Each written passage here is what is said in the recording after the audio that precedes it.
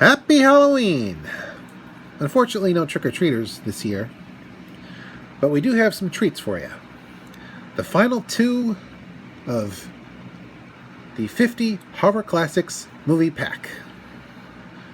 We start with Dementia 13. A very gritty, very slasher-esque murder mystery that features none other than the actor who played the Squire of Gothos and also Koloth from the Trouble with Tribbles Star Trek episode, as one of three brothers. Now, the film opens in Ireland with a wife henpecking her husband about the fact that the guy's mom changed the will so that when she dies, her money goes to charity in memory of the daughter the family lost by name of Catherine, or Christine. No, it was Catherine. And while she's berating him, they're in a rowboat together. He's aggressively rowing the boat with no regard whatsoever for his weak heart. And wouldn't you know it, he has a fatal heart attack.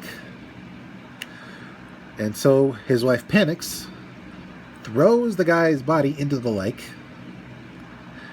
and just for good measure, writes a note to the family saying he's going to be in New York, signing it with a forged signature that she actually practices a little too quickly. It even gets rid of some of his paraphernalia to make it look like he's gone. Gone to New York. Meanwhile, we meet several other characters. The mom, who still hasn't gotten over the loss of her daughter, who insists the family recreate the initial funeral where they stand by the grave and put flowers on it, and the old lady faints from stress. See, the family has a castle, so the grave is kind of out of place among the opulence, well, decayed opulence. We also meet the other brothers. One who's kind of mousy and keeps having weird flashbacks when looking at the pond where his sister drowned. And, of course, the brother played by the actor who played not one but two Star Trek characters. He works with metal, but used to work with stone. That's going to come into play later. He brings his girlfriend, who he wants to marry against his mom's wishes, to Ireland, and they all spend time with the matriarch of the family and pay respects to their fallen sibling.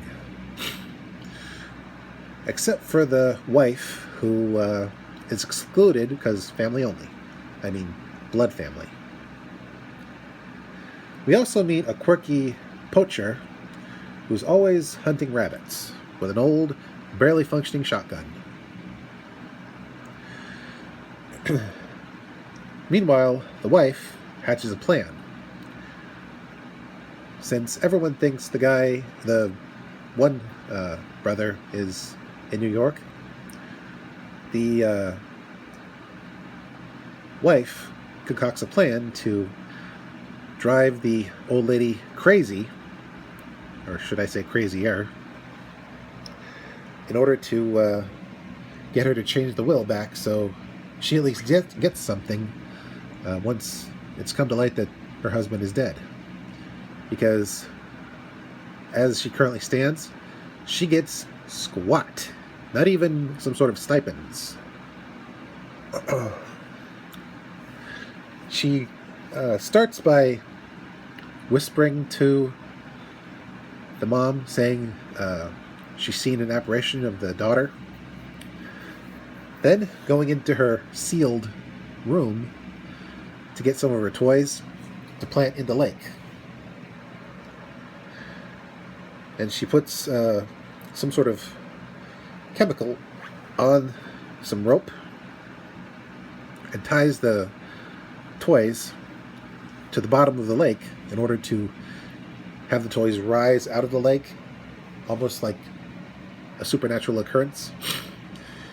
But then she finds in the water some sort of dead body, possibly of a little girl, and a tombstone. She panics, tries to get out of the water, but as she makes it to shore, wham!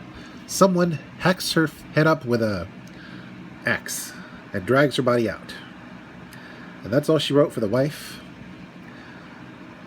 Later, we see the poacher hunting rabbits, and he runs afoul of an owl and manages to shimmy into what looks to be a rabbit warren, only to find a not decayed-looking little girl's body.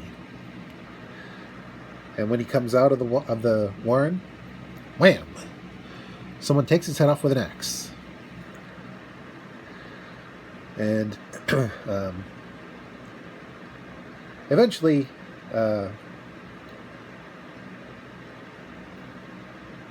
this axe-wielding monster goes after the mom next. She's convinced that her little girl wants this tiara that they forced the mom to leave out of the casket, even though it was the little girl's favorite toy. Yeah, a diamond tiara as a toy. Wow. And she's convinced that the little girl is in this old playroom that's out on the grounds, a little playhouse. So she goes there, finds the body, then wham! Someone starts hacking apart the playroom with the mom inside it. She manages to get to safety, only to collapse from stress. And the family doctor, fed up with what's been going on, decides to do some investigation. Eventually, he talks to the younger son, the mousy guy, who's twitchy, and he tells the guy that he's convinced that he was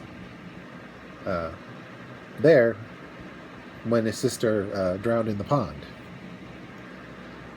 And this causes him to start singing a weird lullaby about a dad fishing and having a fish on the hook. And later, he talks to the now wife of the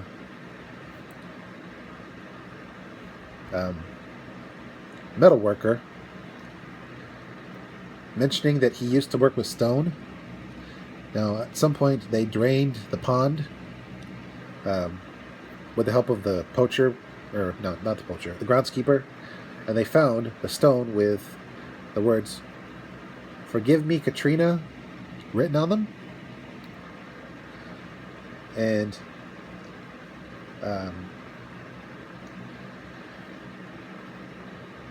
he's convinced the guy had something to do with it. So,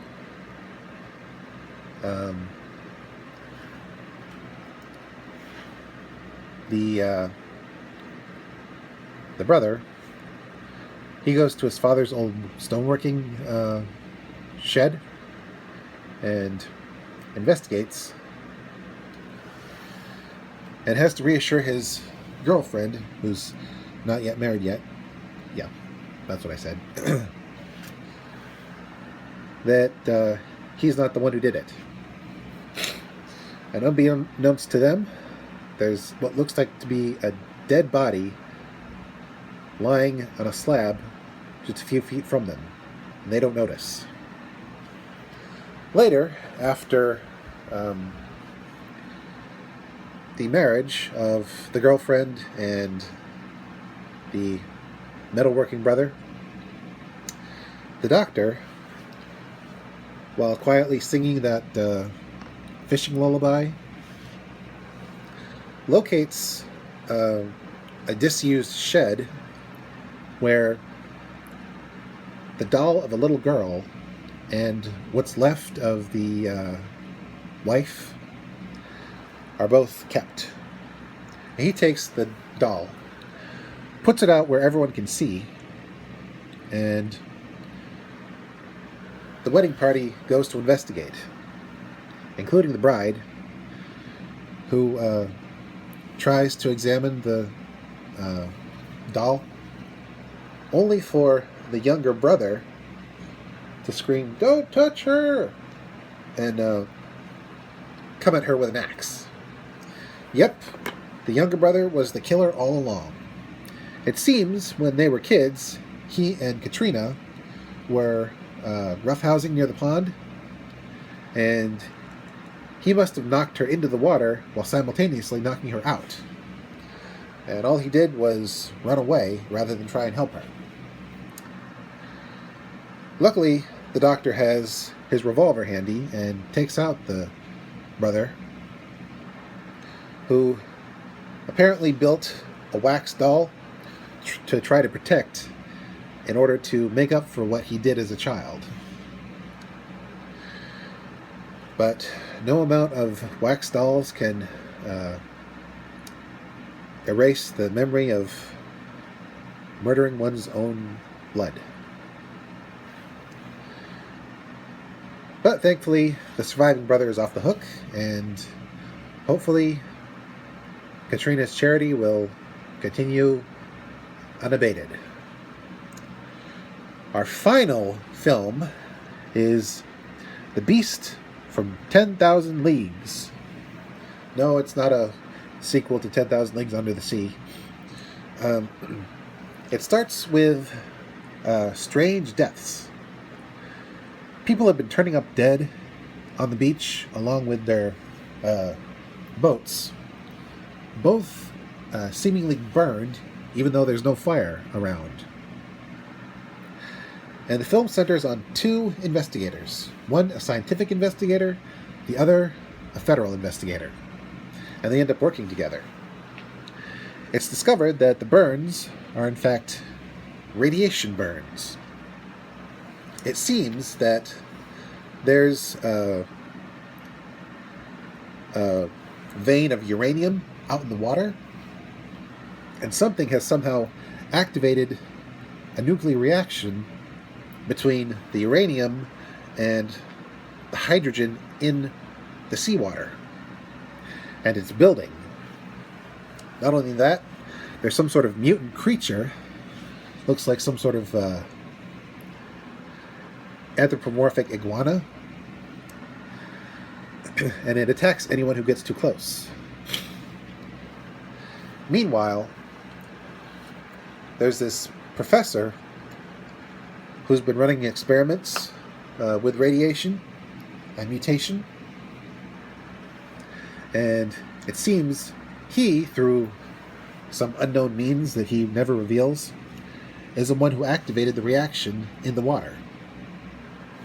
And while he insists that maybe the power can be used to help humankind, right now he's looking like Dr. Frankenstein. And the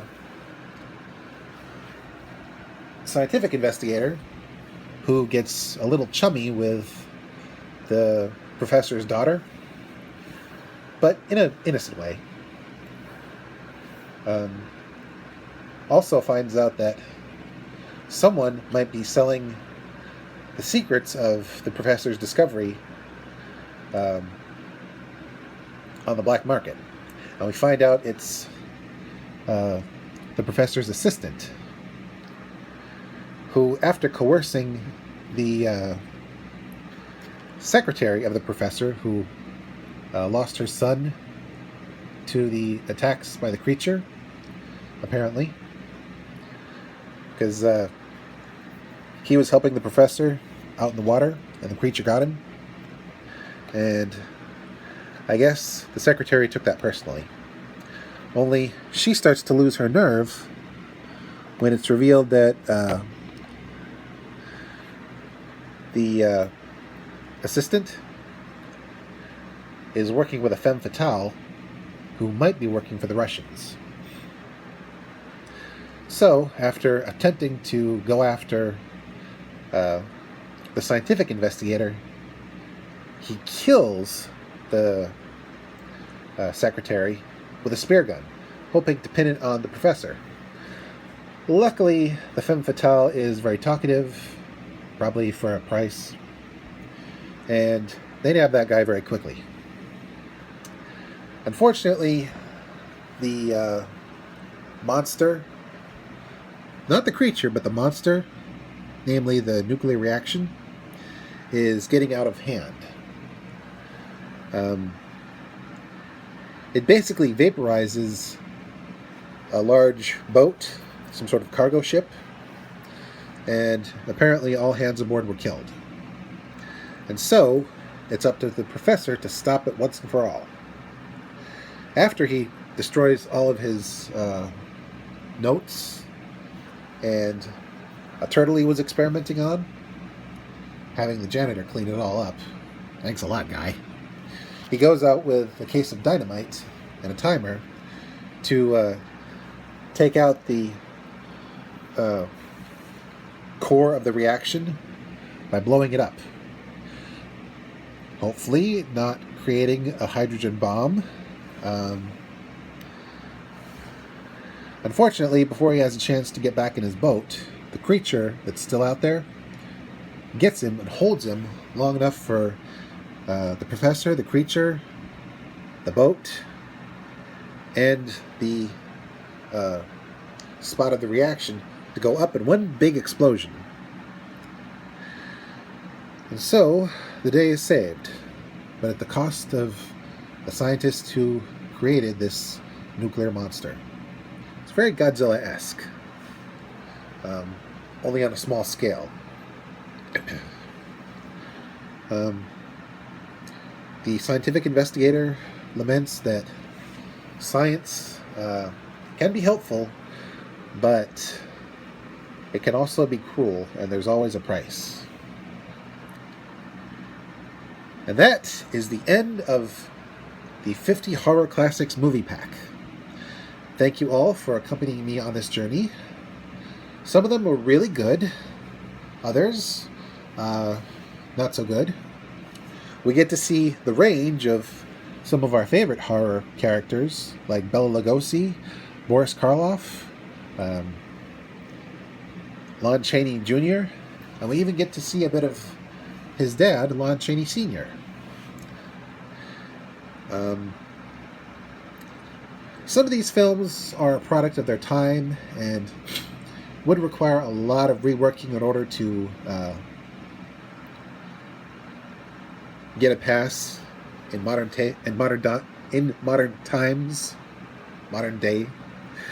But overall, these films are a part of our history, and history should never be allowed to die.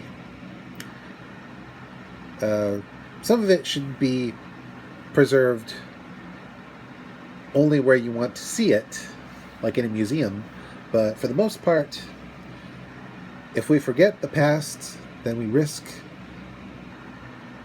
losing the path to the future. Once again, happy Halloween, and I'll be back with more contemporary reviews. Until then, this is Mr. J signing out and reminding you, take care of your teeth, especially around holidays where candy is prevalent. Try not to get into too much trouble on Halloween. And always, always respect the classics, because they did it first, and in some cases, they did it best. Happy Halloween. So long.